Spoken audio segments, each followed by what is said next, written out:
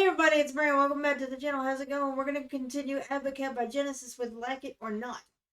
Um, so this one really, in my mind, is about whether you like it or not, it's over. Because I still love you.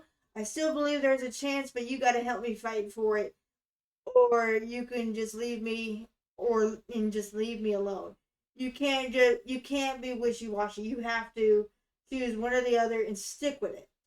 Understand during this time period, Phil was going through um a divorce, and I'm not saying anything bad against his spouse at the time, because she was going through it too. Because I can only imagine what kind of hell that was too. Um, but I'm just seeing it sadly from mostly Phil's perspective, because I haven't, it's not like Andrea is going to be like giving a review or something. But I know she has a blog about, that she talked about certain things. I have no idea what, but I know she has. Why? Because Simon Collins' Facebook page posted about it. That's how I know. Simon Collins is the son of Phil Collins and Andrea Bertorelli, in case anybody's curious. But anyway, that's what I think the song is about.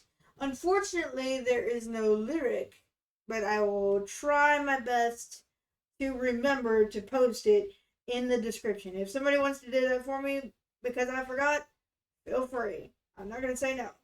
Let's get into singing this thing.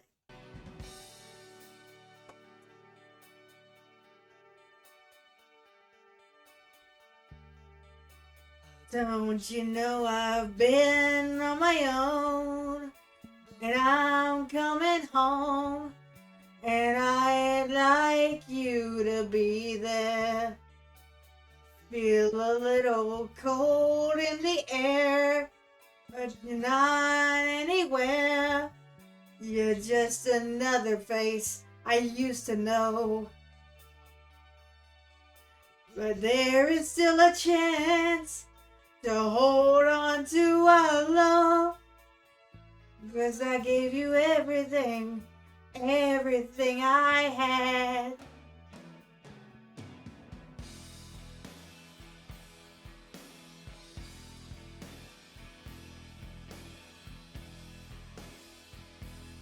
Oh, like it or not, you have done it this time.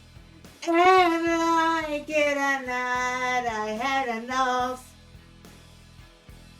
Oh, like it or not, it's a lot I could say, 'cause I've got a lot on my mind.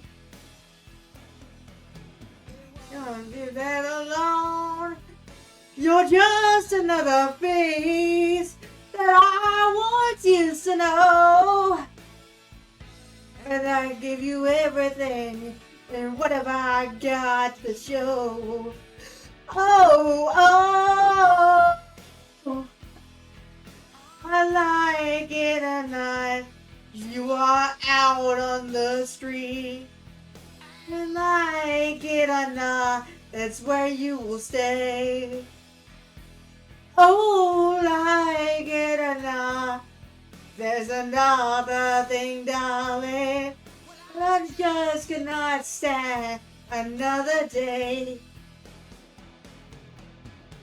Do you want to know?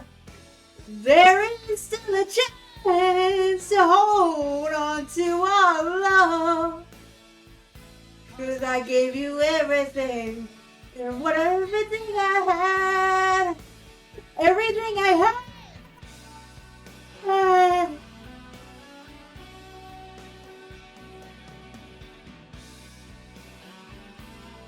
Yeah, you liked it now, didn't you? It's been a long time. Found anybody since I loved anyone. It's been a long time. If I'm right or if I'm wrong, does it matter anyway?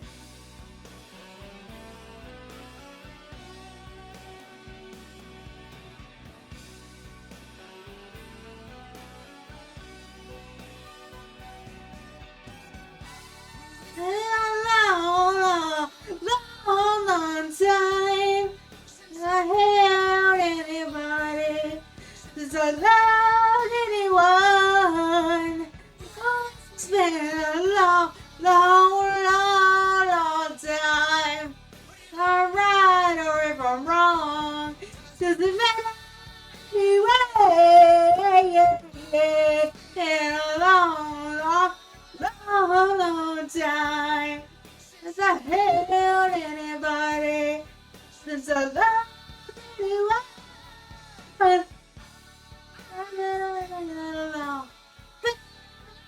Time. If I'm right, if I'm wrong, doesn't matter anyway.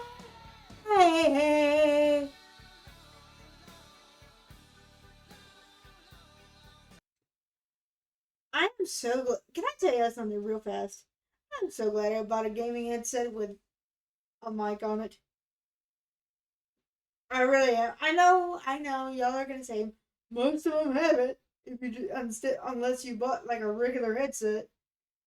I know, but I'm just glad I bought one because, like, I always say, why don't I even have this? Why don't I just type? You know. Then I think, well, what if I'm playing with somebody and I can't talk to them? Because our little friend here, nothing against the Xbox controllers at all. They're very sturdy. They feel pretty good in your hand. They're smaller in your hand. It feels more comfortable in your hand. Um, but the one thing that PS5 really has over on Xbox, other than maybe graphics, maybe, is the fact that the DualShock has the little mic thing on the front, where you can just kind of talk into it like this, or like, "Hey, how you doing?" Or I could say Genesis Abacab full album into the controller, and it would just go ahead and do it. But with this one, on the other hand, I have to pull out my cord from my headset, pull this down, and then press the mic button on the YouTube app. Not a bad thing, but it's a thing that I notice when I go ahead and do work with the Xbox. But I still love my Xbox though, regardless. Um, so let's see what we can find out about like it or not. See if it parallels with my thoughts on the whole thing. What is Like It or Not by Genesis about? Give me just a second. Oh,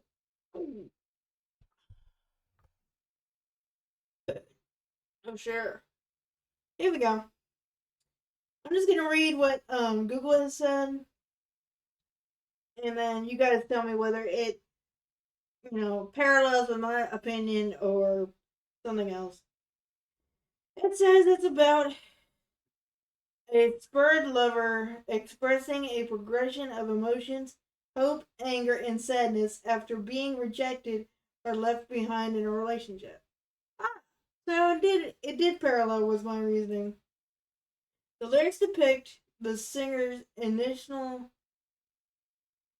lament, a feeling of being replaced or forgotten, and ultimately a sense of having endured enough, delivering a final definitive message to the other person. So that's and like I said, um, I think Phil's marriage broke up around the late 70s. I would say 78, 79, maybe 80 perhaps. Around that time, Phil was going through quote an unpleasant divorce, so I wouldn't be surprised if this was the feelings of that divorce inspired this track. I wouldn't be surprised at all. Um, and let's see. I know Genesis wrote it, but I'm trying to see if I can find writer's credit. Oh damn! According to this, what Google says, it was written by Mike Rutherford. So it could maybe his problems was influenced to throw into the track, and Mike just wrote this, or maybe it's another episode of improvisation. Um, you know what I mean? Just like, oh, we're writing. Phil's feeling like shit. You know, Let me help him through his problems with writing a song. I have no fucking clue. If you guys have any input as to what like it or not might mean, please share it with me in the comments as always. I've been Maria. See you guys next time. Peace.